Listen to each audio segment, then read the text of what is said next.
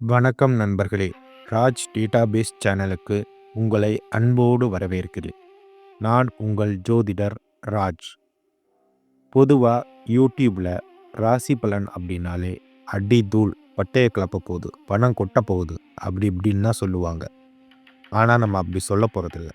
கிரகங்கள் என்ன சொல்லுதோ அதை அப்படியே ப்ராக்டிக்கலாக உங்கள் வாழ்க்கையில் என்ன நடக்கும்னு ரொம்ப ஆழமாக யாரும் சொல்லாத சில விஷயங்களோட இந்த வீடியோவில் நம்ம பார்க்க போகிறோம். மேசராசி அன்பர்களே, 2026 ஏப்ரல் மாதம் உங்களுக்கு எப்படி இருக்க போகுது? வாங்க, ஒரு 10 நிமிஷம் உங்களுக்காக ஒதுக்குங்க. தெளிவாக இந்த வீடியோவில் பார்த்துடலாம். மேசராசி அன்பர்களே, சமீப காலமாக உங்களுக்கு ராத்திரிலேயே சரியா தூக்கம் வராமல் எப்போ விடியும் அப்படின்னு யோசிச்சுட்டே இருக்கீங்களா? மனசுக்குள்ள ஏதோ ஒரு இனம் புரியாத பயம், அடுத்து என்ன நடக்குமோங்கிற ஒரு படபடப்பு இருக்கா? அப்படி இருந்தால் கமெண்ட்டில் சொல்லுங்கள். ஏன்னா உங்கள் ராசிக்கு 12ஆம் இடத்துல இப்போ ஒரு மிகப்பெரிய கிரகங்களின் யுத்தம் நடந்துட்டுருக்கு. ஏப்ரல் மாதத்தை பொறுத்த வரைக்கும் ரொம்ப சீக்கிரமே உங்களுக்கு குரு பெயர்ச்சி வரப்போகுது. ஆனால் அதுக்கு முன்னாடி உங்கள் ராசிக்கு 12ஆம் இடத்துல சனி, சூரியன், செவ்வாய், புதன் அப்படின்னு 4 முக்கியமான கிரகங்கள் ஒன்றா இணைஞ்சிருக்கு. ஜோதிடத்தில் செவ்வாயும் சனியும் சூரியனும் ஒன்றா சேர்ந்தா அது யுத்த கிரகங்கள்னு சொல்லுவோம். அதுவும் 12ஆம் இடம்ங்கிறது தூக்கம், நிம்மதி, விரயம் இதையெல்லாம் குறிக்கும் இடம். அதனால தான் உங்களுக்கு ஒரு விதமான மன உளைச்சலும் அலைச்சலும் இருக்கு. ஆனால் பயப்பட வேண்டாம். ஏப்ரல் 14ஆம் தேதி தமிழ் புத்தாண்டு பிறக்கும்போது சூரியன் உங்கள் ராசிக்குள்ளேயே, அதாவது மேஷத்தில் உச்சம் பெற போகிறார். அது வரைக்கும் பேட்டரி டவுன் ஆன மாதிரி இருக்கிற நீங்கள் 14ஆம் தேதிக்கு அப்புறம் ஒரு புது எனர்ஜியோட சிங்கம் மாதிரி செலுத்துறி எழுவீங்க. அடுத்ததா வேலை, தொழில் பற்றி எல்லோரும் ரொம்ப எதிர்பார்ப்போட இருப்பீங்க. நான் ரொம்ப ஓப்பனாக சொல்கிறேன். 12ஆம் இடத்துல கிரகங்கள் இருக்கிறதால வேலையில் ப்ரெஷர் எகிரும்.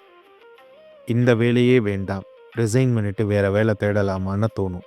ஆனால் இது முடிவெடுக்க வேண்டிய நேரம் இல்லை, தாக்கு பிடிக்க வேண்டிய நேரம். உங்கள் திறமையை, உழைப்பை முழுசாக போடுங்க. மேலதிகாரிகளோட வாக்குவாதம் வேண்டாம்.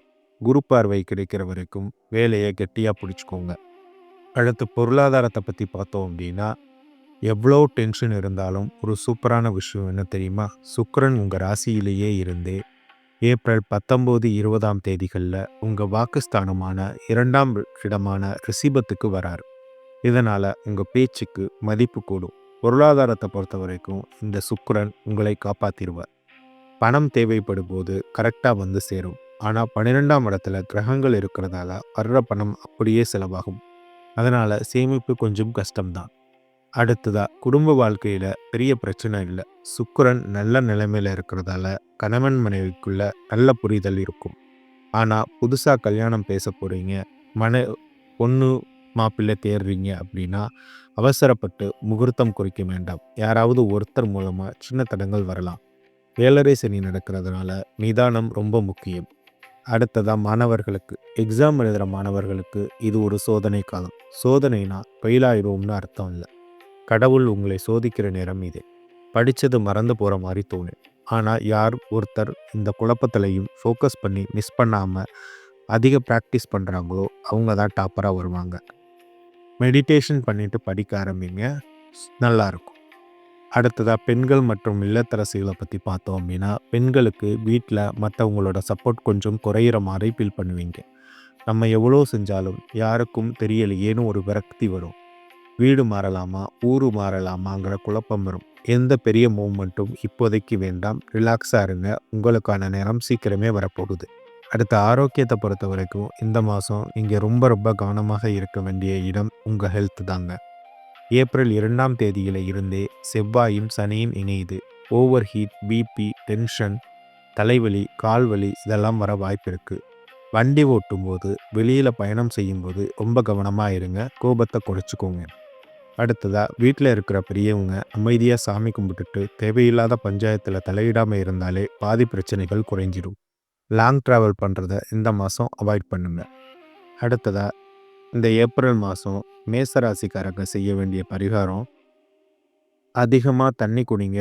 தினமும் கொஞ்ச நேரம் தனிமையில் அமைதியாக உட்கார்ந்து தியானம் பண்ணுங்க. முடிஞ்சால் செவ்வாய்க்கிழமை முருகனை மனதார வேண்டிட்டு உங்கள் வேலைகளை தொடங்குங்க. வெற்றி நிச்சயம். மொத்தத்தில் இந்த ஏப்ரல் மாதம் உங்களுக்கு ஒரு ட்ரைனிங் பீரியட் மாதிரி. இதையெல்லாம் கடந்து வந்தீங்கன்னா அடுத்து வர குரு பயிற்சி உங்களுக்கு ராஜயோகத்தை கொடுக்க போகுது.